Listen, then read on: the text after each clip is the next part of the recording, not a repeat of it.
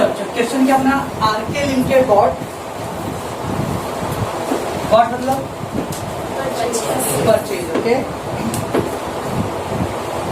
R K limited bought 5000 equity share how many number of shares 5000 bought back okay at rupees 10 each of rupees 10 each at 40 of rupees 10 each at 40 का मतलब of 10 each मतलब 10 रुपए वाला कितने रुपए में 40 रुपए जो 10 रुपीज बोलते हैं face value of 10 each 5000 share of 10 each मतलब 5000 शेयर है 10 रुपए वाला कितने में बॉट कर रहा है एट 40 तो 40 रुपीज वाला परचेज प्राइस 40 रुपीज वाला purchase price RK limited bought back 5000 equity how many share bought back 5000 share buy back कर रहा है okay of 10 each share of equity share of 10 each नाम में 10 रुपीज फेस वैल्यू होता है investment chapter में 500 unit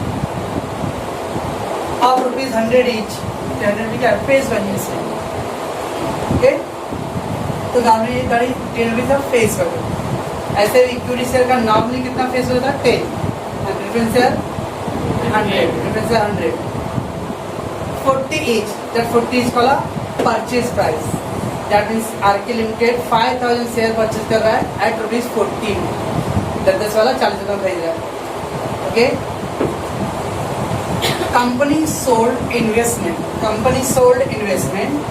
costing 60,000 at rupees 70,000 costing 60,000 इसका investment का कॉस्ट कितना है 60,000 सोल्ड कर रहा है कितने में तो सेलिंग प्राइस ज़्यादा है ना तो क्या आएगा 10,000 का प्रॉफिट है राइट है costing 60,000 at 70,000 cost price 60,000 and the selling price 70,000 10,000 का profit okay that is investment sold they have sufficient amount of general reserve मतलब रिजर्व enough पड़ा हुआ है sufficient मतलब जितना रिक्वायरमेंट है पर्याप्त okay they have sufficient reserve कितना दिया नहीं है पर जितना अपने को रिक्वायरमेंट रहेगा वो है उन लोगों के पास general reserve and they having the also sufficient bank balance खरीदना ना खरीदने के लिए पैसे चाहिए उनको पेमेंट करना ना लास्ट एंट्री क्या पे ऑफ तो पैसे देना पड़ेगा तो पैसे देने के लिए पैसे नहीं चाहिए तो दे having the sufficient general reserve भी है और सफिशिएंट बैंक बैलेंस भी है ओके एकदम बेसिक सम है पास नेसेसरी जनरल इंटेंस ठीक है अब पहले बराबर समझ लेना इस सम में अपने को परचेज नंबर ऑफ शेयर भी मालूम है ना बाय करने का और प्राइस भी मालूम है कितने में 40 एक क्वेश्चन रहेगा अपने को जहाँ पे नंबर ऑफ शेयर बायबैक का नहीं दिया रहेगा वो अपने को कैलकुलेट करना रहेगा एक सम रहेगा जहाँ पे नंबर ऑफ शेयर रहेगा लेकिन परचेज प्राइस नहीं रहेगा वो कैलकुलेट करना रहेगा और एक सम रहेगा दोनों ही मिसिंग रहेगा नंबर भी गायब रहेगा और परचेज प्राइस भी गायब रहेगा वो बाद में आएगा अभी हम लोग खाली जनरल का बहुत फोकस कर देंगे इस सब में अपने को परचेज प्राइस मालूम है as well as number of share bought भी मालूम है ठीक है कैसा मतलब समझ आ रहा है कितने शेयर बाय करने 5 number of share bought buy 5 रहेगा number of share bought by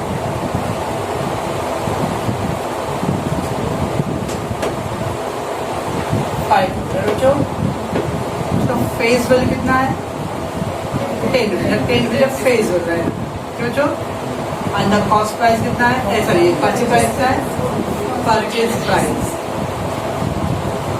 purchase price 40 rupees मैंने आपको बोला था परचेज प्राइस का फॉर्मूला दिया था purchase price equal to face value plus premium purchase price में आता है फेस वैल्यू प्लस प्रीमियम आता है ओके जिस 40 रुपीज जो है ना उसको ब्रेक कर दो उसमें 10 रुपये अपना फेस वैल्यू है तो मतलब बाकी का 30 रुपीज ना 30 रुपीज क्या रहेगा अपना प्रीमियम ओके लाल आपको मैंने बोला था वो बाय बैक ज़्यादातर पार पे और प्रीमियम पड़ेगा बट जो बच्चों ने आज का नोट्स का मैंने मॉर्निंग को नोट्स भेजा था ऑब्जेक्टिव क्वेश्चन का नोट्स अगर जो पढ़ा रहेगा ना उसमें एक पॉइंट रहेगा कि अगर बाय बैक डिस्काउंट पे होगा तो कैपिटल रिजर्व में जाता है ऐसा कुछ एक पॉइंट रहेगा ढूंढना जाके मालूम कोई पढ़ा नहीं कॉल ही नहीं किया तो जाके ढूंढना, फिल इन द ब्लैंक्स का रहेगा ऑब्जेक्टिव। अगर शेयर डिस्काउंटेड पे अगर बायबैक होता है, ओके, तो that will go to the capital reserve. Practically possible है, थियोरेटिकली पॉसिबल नहीं है। थियोरेटिकली ज़्यादातर पार और प्रीमियम पे ही बायबैक होने वाला है, ओके। तो जब भी बायबैक आए सबसे पहले ये दो आइटम हम लोगों को चाहिए रहेगा, एक नंबर ऑफ शेयर बायबैक का और कितने प्राइस में, ये दो का पहले पता लगाने आप। Read the question for first and gate how many, see that how many number of share they have bought back. कितना शेयर बॉट बैक हो रहा है, रेडीमेड गिवन। इतना प्यारा सा आपको परोस के सब नहीं मिलेगा, ये तो मैं आज बेसिक कर रहा हूँ। सेकेंडली परचेज प्राइस कितना है, 40 रुपीज़। वो 40 को ब्रेक करो, उसमें से 10 रुपीज़ फेस वैल्यू है एंड बाकी का बैलेंस अमाउंट प्रीमियम। ये बच्चों इतना क्लियर है। ये दोनों जब परचेज प्राइस या नंबर से बॉट बैक का अगर आपको आइडिया हो गया ना, there after we have to go for a formula. एक फार्मूला है पहले, वो फार्मूला जो लोग बच्चे नए मतलब नहीं रीड के थी, वो SYB में अपना प्रेफरेंस शेयर चैप्टर था, रिडम्पशन अब सर या कल का नहीं पढ़ रहा हूँ तो SYB का क्या पढ़ेंगे, है ना। तो फार्मूला था face value of equity share bought back. Face value equity share bought back is equal to proceeds of fresh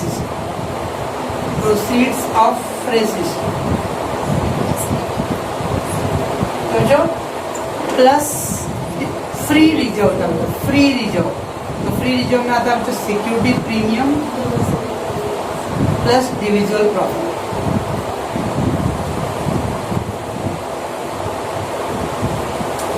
इसको शॉर्ट में बोलते हैं फ्री रिजर्व। फ्री रिजर्व में दो पार्ट होता है, security premium plus division profit. ये पहला फार्मूला हुआ है। क्या फार्मूला है, ऐसा कैसा फार्मूला है, हम लोग तो ये फार्मूला पढ़ते थे आज, एक तो जीगा और इसका जब ये वाला पूछता था तो सर ऐसा कैसा फार्मूला, हम लोग ये वाला पढ़ते थे। अब आजकल ये बोल रहे थे, ये बोलते face value of equity share bought back, जितना इक्विटी शेयर का हम लोग को बॉट बैक, ठीक है, is equal to proceeds of fresh issue. कितने पैसे आपने अरेंज किया है फ्रेश इशू के through, plus free reserve security premium plus divisible profit. और इसके कॉर्नर में से लिख के रखने का CRR। इट मीन्स यहाँ से जो भी फंड आएगा ना, that have to be transfer to capital redemption reserve. Okay, तो लिख के रखे तो हमें आइडिया रहता है कि ये अमाउंट समवेयर ट्रांसफर करना है लास्ट में। ओके, कि यहाँ पे जितने भी अमाउंट आने वाले फार्मूला यूज करके that amount will go to the CRR, capital redemption reserve. इसका भी आज मैंने नोट्स में लिखा रहूँगा, डाला रहूँगा कि CRR का यूज फिर कहाँ आता है। कुछ नहीं, ठीक है ना, ठीक है। फार्मूला का याद हो जाएगा कल। Face value of equity share bought back is equal to proceeds of fresh. Proceeds of fresh means how much the fund you have arrange from fresh. Fresh करके कितने पैसे आपने अरेंज किया है, प्लस आपके कुछ रिजर्व जो पहले से पड़ा हुआ है, that is called free reserve. Free reserve आता है security premium plus division profit. क्या होता है division profit, profit available in the cash form, या उसको बोलते हैं हम लोग profit available for distribution of dividend. ऐसे प्रॉफिट जो आप डिविडेंड के लिए यूज कर सकते हो, दैट इज कॉल्ड डिविजुअल प्रॉफिट, ठीक है। आफ्टर दैट लीव 2 लाइन, उसके बाद 2 लाइन लीव करना होता है। Then after the second formula premium on buyback, premium on buyback is equal security premium, securities premium plus divisible profit. इसके ब्रैकेट में ऐसा लिखा रहेगा balance sheet plus fresh issue minus first, ऐसा कुछ मैंने लिखा रहेगा। इसका मतलब बैलेंस शीट में पहले से कुछ अवेलेबल है क्या, plus fresh issue par premium पे होता है, प्रीमियम पे उससे कुछ पैसा आ जाएगा, माइनस फर्स्ट फॉर्मूले में कुछ यूज हो रहेगा क्या। जैसे एग्जाम्पल बैलेंस शीट में दिया 20 एग्जाम्पल 20,000, ओके, पहले से 20 था अवेलेबल था। Then fresh issue other premium आपने 10 का प्रीमियम का आया फ्रेश इशू का माइनस फर्स्ट फार्मूला। यहाँ पे अगर कुछ सीक्रेट में 5 था यूज किया था तो क्या करें उसको, तो 20 आपके पहले से था, 10 था आपने फ्रेश इशू आया तो 30 हो गया। उसमें तो आपने फर्स्ट फार्मूला में 5 था यूटिलाइज किया है तो इसका मतलब कितना बैलेंस रहेगा अभी 25 बैलेंस यहाँ पे अवेलेबल। ऐसे आपको मैं आपके तसल्ली के लिए, इतना कॉम्प्लिकेटेड आपके सिलेबस में नहीं है, इतना कॉम्प्लिकेटेड कि फर्स्ट फार्मूले में भी यूज रहेगा, फ्रेश इशू में भी आने वाला है, बैलेंस शीट में भी दिया रहेगा, इतना कॉम्प्लिकेटेड नहीं आएगा। पर मैं एक दो करूँगा बाद में, है ना।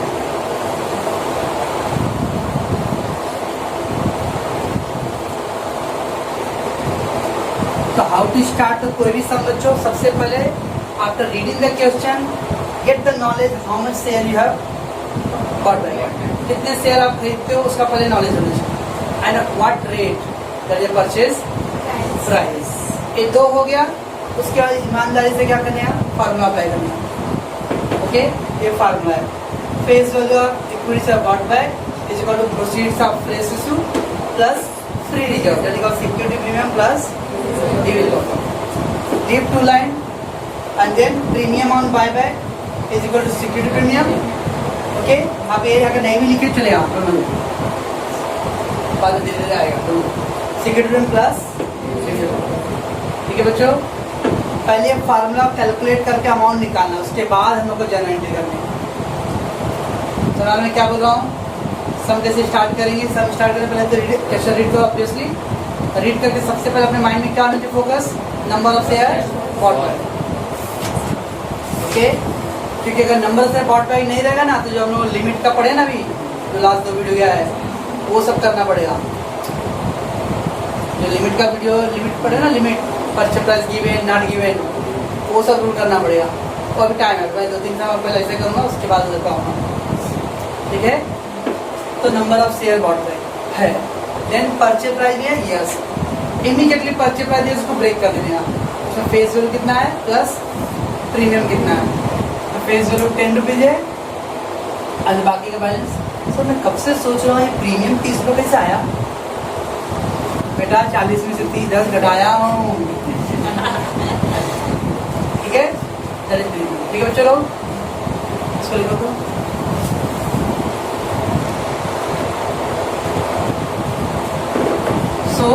आफ्टर राइटिंग द फार्मूला सम आपने रीड किया बच्चों, कहीं पर फ्रेश इशू बोला था, 1000 शेयर इशू किया, 2000 इशू किया था, दिया था फ्रेश इशू है सब में फ्रेश इशू नहीं। इन सारे पैसे कहाँ से अरेंज होने वाले, फ्री रिजर्व में आने वाले, सारे पैसे फ्री रिजर्व में आने वाला है, ठीक है ना। और फ्री रिजर्व में तो 2 है, security premium and division profit है, राइट ना। कुछ बोला था, they have a sufficient amount in the general reserve, बोलो सिक्योरिटी प्रीमियम तो नहीं बोला है, लेकिन बोल दिया कि जनरल रिजर्व में उनके पास enough profit. Okay, how to put that, क्या देखना बराबर था, ऐसा फॉर्मूला फिल करते हैं हम। Face value equity share bought by, कितना फेस वैल्यू है 10 है, ओके, कितने शेयर बॉट बाय करे 5000, क्या लिखते हैं 10 × 5000, दैट इज कितना आ गया 50। ओके, 10 नंबर फेस वैल्यू है और ये फायदा क्या था, फायदा क्या था number of share bought by, okay, उसको मल्टीप्लाई करो तो टोटल अमाउंट आएगा 51। क्लियर। देन प्रीमियम क्या आ गया, प्रीमियम ऑन बाय कितना प्रीमियम था बाय का 30 रुपीज, तो 30 रुपीज × 5000 कितना आ गया 1,50,000। जो फर्स्ट लेफ्ट साइड फिलअप करना है दोनों फार्मूला का, फर्स्ट दोनों लेफ्ट साइड है, ऐसा पहले कर ले, फिर करने को तो कर सकते हैं बट मैं ज़्यादा प्रीफर करता हूँ first left side. Face value into number of share bought back, premium का amount into number of share bought back. बच्चों अब हम लोग को कितने पैसे चाहिए फेस वैल्यू के लिए, 50,000 चाहिए, राइट। तो 50,000 अरेंज करने के लिए we have 2 option, one is a fresh issue and other one the free. 50,000 चाहिए ना लोग को, ये 50,000 को अरेंज करने के लिए you got a 2 option. First one, proceeds of fresh issue. या तो आप पैसे फ्रेश इशू अरेंज करो या आपका रिजर्व पड़ा हुआ तो उसका यूज करेंगे हम लोग. इस समय कहीं पे फ्रेश इशू के बारे में बोला है नहीं. There is no fresh issue. That's not given. अब इसका सारे पैसे कहाँ से अरेंज होने वाले? फ्री रिजर्व में से यूज होने वाले. राइट है. फ्री रिजर्व में पहला हमेशा आ करने सिक्योरिटी प्रीमियम का यूज करने हैं. जब फ्री रिजर्व आया तो फर्स्ट सिक्योरिटी प्रीमियम यूज करना है. क्या वैसा हम पढ़ेंगे हम लोग सिक्योरिटी प्रीमियम तो पहले वो यूज करो, उसके बाद फिर अदर रिजर्व. मैं अगेन बोल रहा हूँ first always security premium use करना अगर सब में रहेगा तो. देयर आफ्टर उसका नहीं है तो आप general reserve, profit loss, reserve fund, revenue fund वो आगे पीछे कैसे यूज कर चलेगा. लेकिन पहला कौन सा यूज करना है? Security. Always use the first security premium if there. If not there then use the other reserves. Okay. तो सब में सिक्योरिटी प्रीमियम है क्या? कहीं बोला है सिक्योरिटी प्रीमियम में नहीं बोला है. तो जनरल डिविजन प्रॉफिट का यूज करो. डिविजन प्रॉफिट में कौन सा रिजर्व है? आपका जनरल रिजर्व है. ओके. और द वर्ड बोल दिया, वो वर्ड दिया सफिशिएंट मतलब दे हैव एनफ.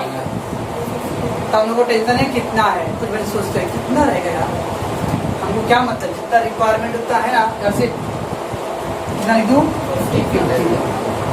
मैं क्या बोल रहा हूँ ऐसा. ऑलवेज पहले लेफ्ट साइड फिलअप करना स्टेप बाय स्टेप. पहला प्रोसीड्स ऑफ फ्रेश इशू. सब चेक करो क्या है, क्या फ्रेश इशू नहीं है वो है. आगे जाओ.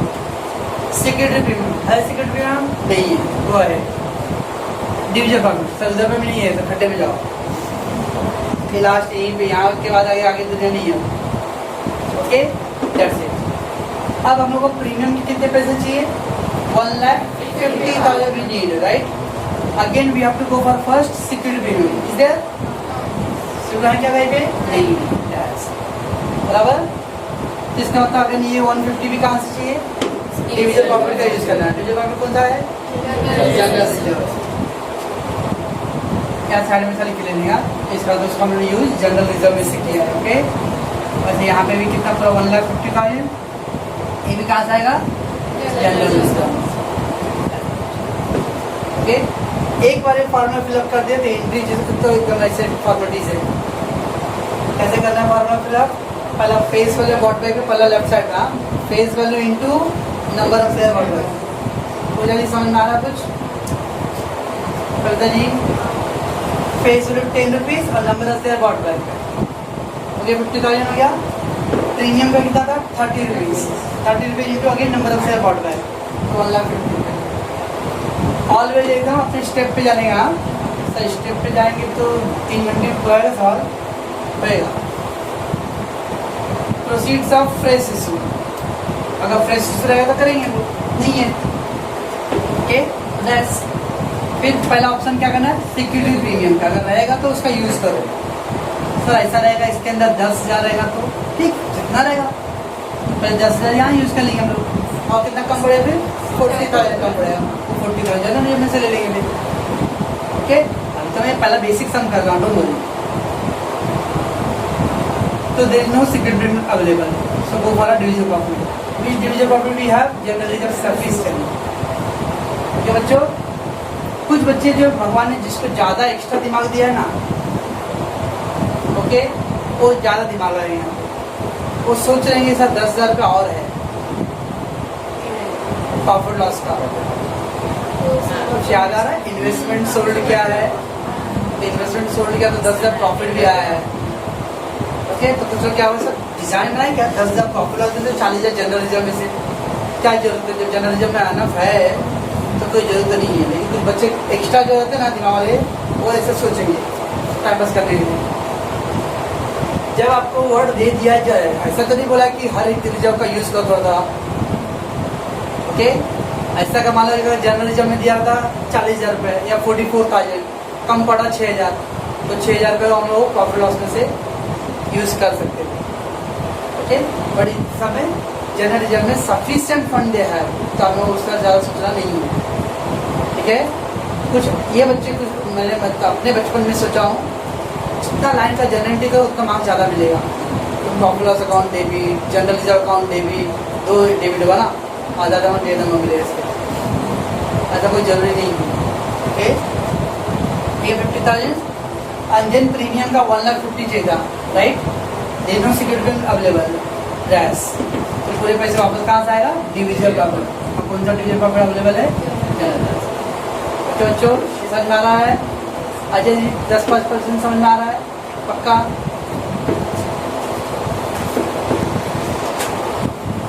Let's do the journal entry. मैं रिकॉल कर रहा हूँ पहले 6 जर्नल एंट्री था, एक्चुअली आपको मैंने 9 जर्नल एंट्री टोटल किया आपने कहा। पहले ए टाइप में 6 जर्नल एंट्री है, 3 दिन पार्टली पेड के लिए था। ओके, कभी भी शेयर अगर पार्टली पेड रहा तो पहले उसको फुल्ली पेड में कन्वर्ट करने हैं, तो पहले वो 3 एंट्री पास करना होता है। ओके, अभी उतना हम लोग को लंबा जाना नहीं है, तो मैं अभी उसकी बात नहीं कर रहा हूँ। पहला 6 एंट्री 6 का फर्स्ट था sale of investment. Okay, 6 maximum entry है, जरूरी नहीं कि सारे 6 एंट्री पास करने हैं, सम के हिसाब से हम लोग को चेंज करना है। फर्स्ट सेल ऑफ इन्वेस्टमेंट, सब में इन्वेस्टमेंट सोल्ड है सोहेल, पक्का। कितने का इन्वेस्टमेंट सोल्ड हो रहा है,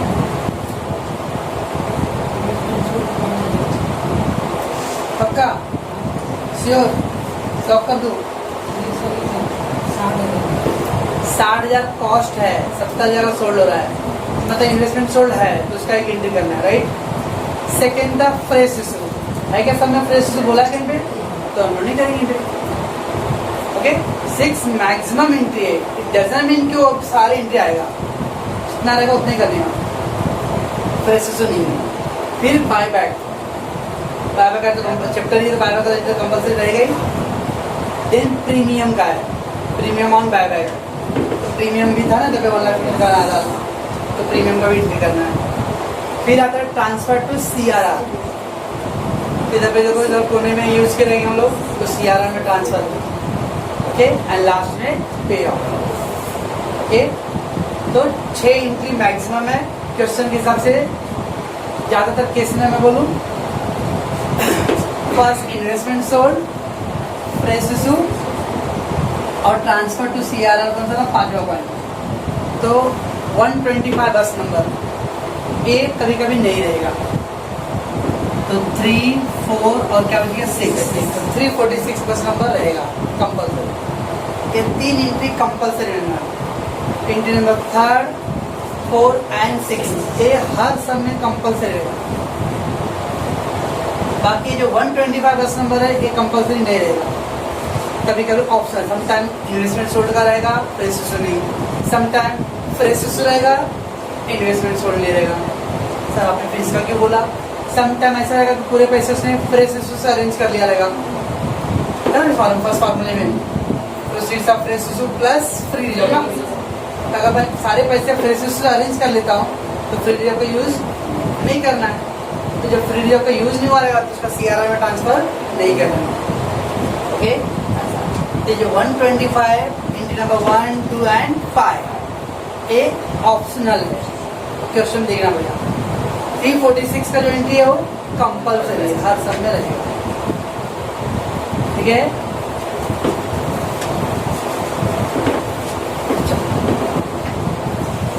एंट्री बाहर करना इजी है, और अभी आप लोग 20 साल के बच्चे हो, मैच्योर्ड हो, एंट्री बाहर हो जाता है। एंट्री बाहर करने में इशू नहीं है, अमाउंट कितना लिखना और कैसे लिखना वो सब ध्यान दे देगा।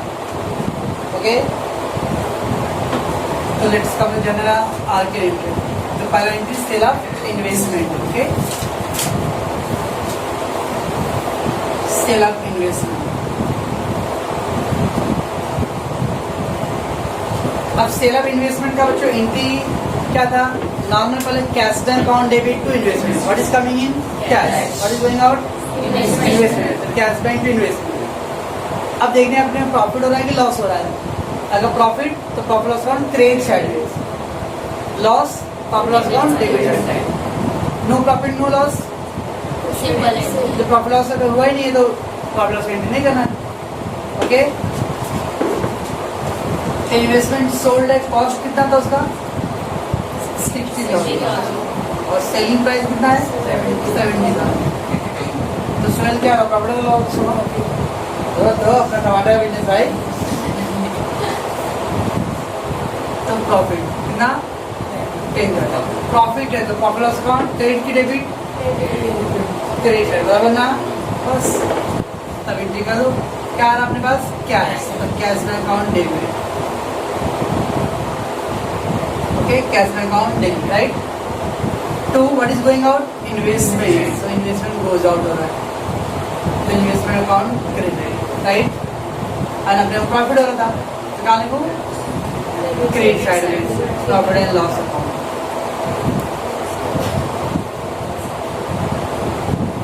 प्रॉफिट एंड लॉस अकाउंट बराबर है। कैश बैंक में हमेशा सेलिंग प्राइस लिखते हैं, कैश बैंक वाले भी सेलिंग प्राइस लिखते हैं, कितना है 70।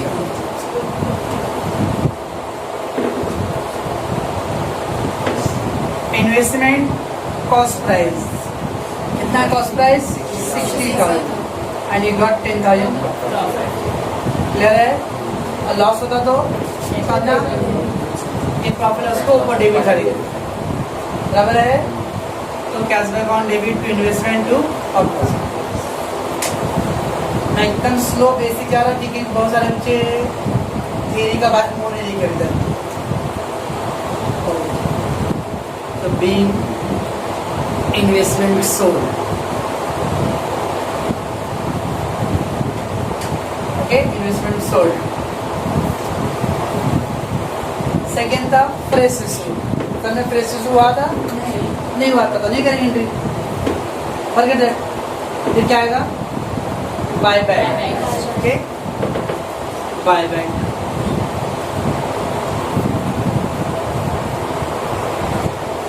Buy back of equity share. अब बाय बैक मतलब होता है कैंसिल करना, खरीदना होता है वो अल्टीमेटली कैंसिल करना। ओके जब शेयर इशू करते तो कैसा एंट्री होता था, फ्रेश इशू का कैसा एंट्री होता है cash bank account debit to share capital, okay ना। कैश आ रहा है और हम लोग शेयर दे रहे हैं, इशू मतलब सेल। अब बाय बैक मतलब खरीद रहा हूँ तो क्या आ रहा है मेरे पास शेयर आ रहा है, शेयर आ रहा है शेयर डेबिट कर दो, ओके। तो सर उल्टा कर दूँ क्या शेयर टू कैश, ये जो प्रोसीजर था डायरेक्टली पे नहीं करना, पे करने का लास्ट एंट्री है पे ऑफ, ओके। बायबैक पार पे हो रहा है प्रीमियम पे हो रहा है, 30 रुपये प्रीमियम था ना, 30 रुपये प्रीमियम है या तो equity share capital account debit, equity share capital account debit, ठीक है। Premium on buyback, premium on buyback account debit to equity share holder, equity share holder सोचो equity share capital account debit, premium on buyback account debit to equity share holder. Second इस फार्मूले को fill up करने के लिए और भी आपका जो फार्मूला उसका लेफ्ट साइड में अमाउंट देखो क्या, दोनों फार्मूले लेफ्ट साइड क्या अमाउंट है, पहला फेस वैल्यू 50,000 है और फिर नीचे क्या है 1,50,000। तो बायबैक का एंट्री में अमाउंट फिलअप करने में हमेशा लेफ्ट साइड का अमाउंट आएगा, ओके। तो मैं कैसे बताता हूँ शेयर कैपिटल में हमेशा फेस हो, कभी भी याद रखो, अभी मेरे इधर पढ़ने से नहीं लाइफ में कभी भी कैपिटल में हमेशा फेस वैल्यू का अमाउंट लिखना, ओके 50,000 इतना। प्रीमियम का अमाउंट कितना था 1,50,000 कुछ है तो 1,50,000 बस, और टोटल कितना आ गया 2,00,000, ठीक है। Equity share capital face value का ओके, प्रीमियम का अमाउंट 150 है, टोटल हो गया 2,00,000। 5,000 equity share of ₹10 each bought back at ₹40। Question का थोड़ा अवेयरनेस अपने यहाँ, क्वेश्चन में क्या था आपने हर बार क्वेश्चन बचपन में तो पढ़ते नहीं ना, ऐसे आप लोगों को काफ़ी एक्सपीरियंस हो गया रहेगा मोबाइल पे क्वेश्चन पढ़ने का, तो उससे थोड़ा नॉलेज तो बढ़ ही गया रहेगा आपको। फिर भी क्योंकि अकाउंट 1 का टीवा का जो पेपर है बहुत लेंदी रहेगा, तो क्वेश्चन ही पढ़ते पढ़ते ज़्यादा टाइम हो जाएगा। इससे यार वो हर एंट्री पढ़े तो हर एंट्री करें फिर गेस्ट का थोड़ा अवेयरनेस आपको रहेगा तो टाइम बचेगा।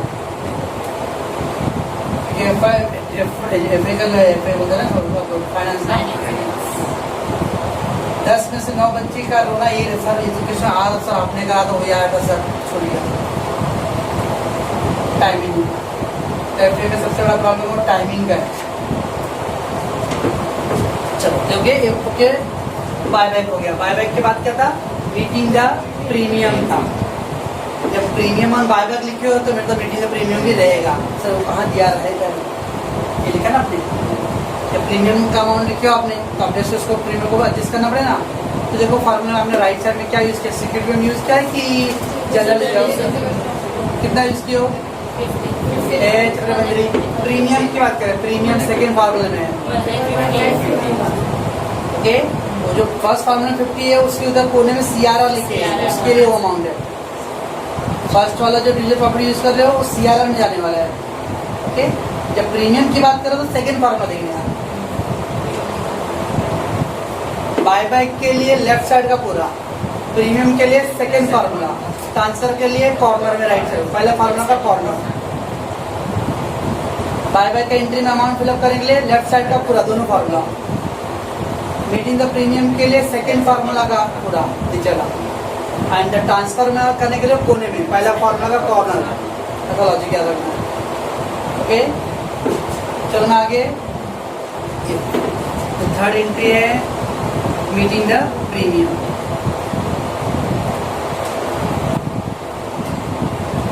ऐसे मैंने आपको थियोरेटिकली क्या लिख के दिया था? Security premium account debit, individual profit account debit to premium on buy back, ऐसा लिख के दिया था theory. Security premium account debit always हमेशा नहीं, चैप्टर में सिक्योरिटी में पहले यूज करना है ऑलवेज। तो सिक्योरिटी प्रीमियम डेबिट देखो सेकंड फार्मूला में सिक्योरिटी प्रीमियम अपने डैश लिखा है, बराबर? तो नहीं लिखे हम लोग, सर लिख के डैश करेगा टाइम पास क्यों कर? अभी आपको लाइफ में टाइम ही नहीं, कहीं प्रॉब्लम आने वाला है। ओके, तो इसलिए वो डैश करो। तो डायरेक्टली क्या यूज किया आपने? जनरल रिजर्व यूज किया खाली।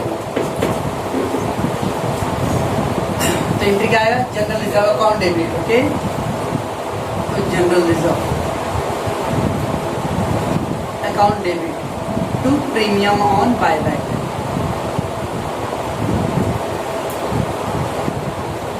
ठीक है बच्चों, meeting the premium general reserve account debit premium on buy back. कितना अमाउंट यूज हुआ है? 1 लाख रुपये।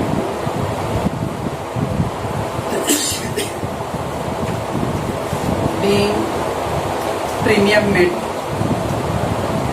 premium on buyback met। क्यों समझ आ रहा है? नरेशन अभी TY में आ गए हो, 11 से नरेशन लिख लो। आज तक कोई सुना ऐसा कि कोई सर ने नरेशन पे मार्क्स काटा है? नरेशन लिखा बीइंग उमेश चोर तो भी चलेगा, खाली नरेशन फॉर्मेलिटी बीइंग वर्ड दिखना चाहिए लोगों बस, बाकी नरेशन का कुछ रोना धोना नहीं है। बहुत सारे TY में तो ऐसे भी पेपर आएंगे जहाँ पे लिखा है नरेशन नॉट रिक्वायर्ड।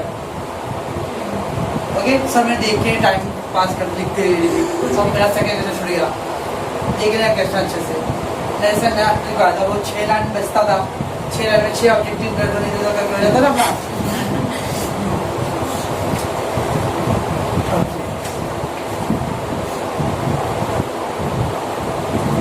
चलो मीटिंग का प्रीमियम हो गया। उसका क्या था? ट्रांसफर टू CRR था। ट्रांसफर टू CRR के लिए फर्स्ट फार्मूले का राइट कॉर्नर देखना। फर्स्ट फार्मूले का राइट कॉर्नर राइट साइड में ना क्या यूज है? जनरली जब कुछ 50,000 है बराबर है, उसका एंट्री क्या था? CRR में security premium account debit, digital property account debit to CRR था। अगेन सिक्योरिटी में यूज हुआ है क्या? नहीं यूज हुआ है ना। कौन सा फार्मूला देखो? पहले में कि दूसरे में? पहले में। ट्रांसफर के लिए पहला फार्मूला यूज करेंगे, प्रीमियम के लिए सेकेंड फार्मूला, और बायबैक के लिए दोनों फार्मूले का right side, left side. Buyback के टाइम में दोनों फार्मूले का लेफ्ट साइड पूरा यूज होगा। मीटिंग का प्रीमियम के लिए सेकेंड फार्मूले का पूरा देखना है राइट साइड वाला, और ट्रांसफर टाइम में पहले फार्मूले का राइट फार्मूला। हाँ बोलो सर। अच्छा हाँ, कुछ बच्चों को राइट और लेफ्ट। हाँ दायां पक्ष बायां पक्ष नहीं सर, ये दोनों फॉर्मूले। हाँ ये लेफ्ट इक्वल्स चलो तो transfer to Sierra,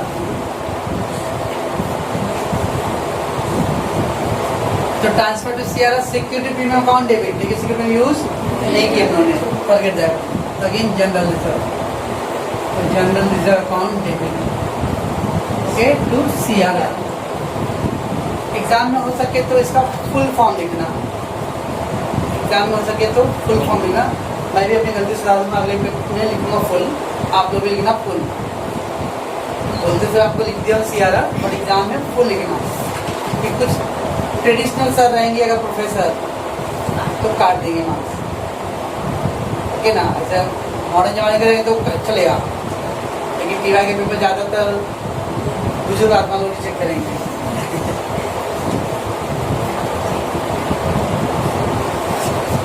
capital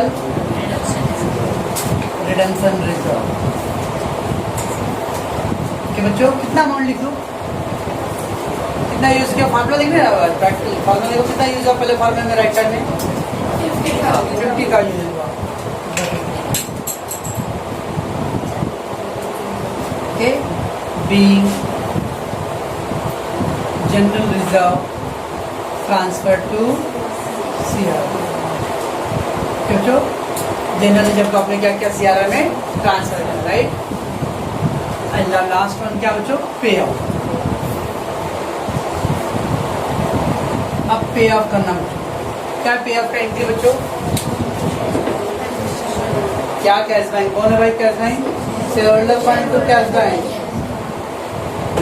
बटेगा cash bank account debit, क्या share holder fund account debit to cash bank. अब कौन सा शेयर होल्डर है बच्चों, equity share holder, equity share holder account debit to cash bank, equity share holder account debit to cash bank. तो बच्चों कितना amount लिखने से इसमें कैसे करेंगे, देखिए पूरे जनरल एंट्री में सबसे बड़ा अमाउंट वाला कौन सा था,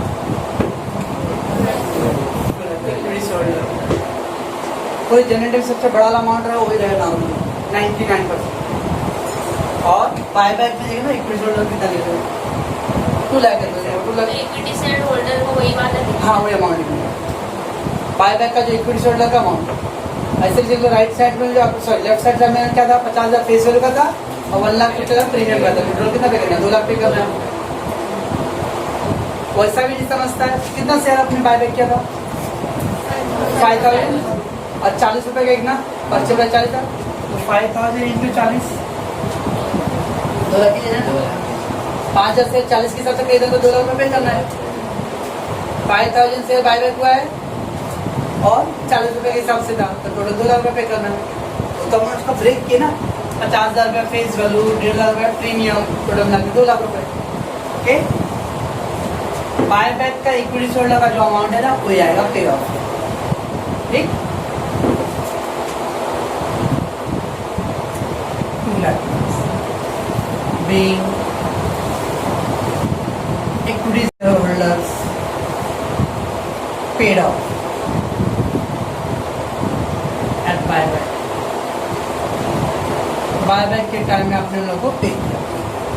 कि बच्चों तो हमारा आप लोगों को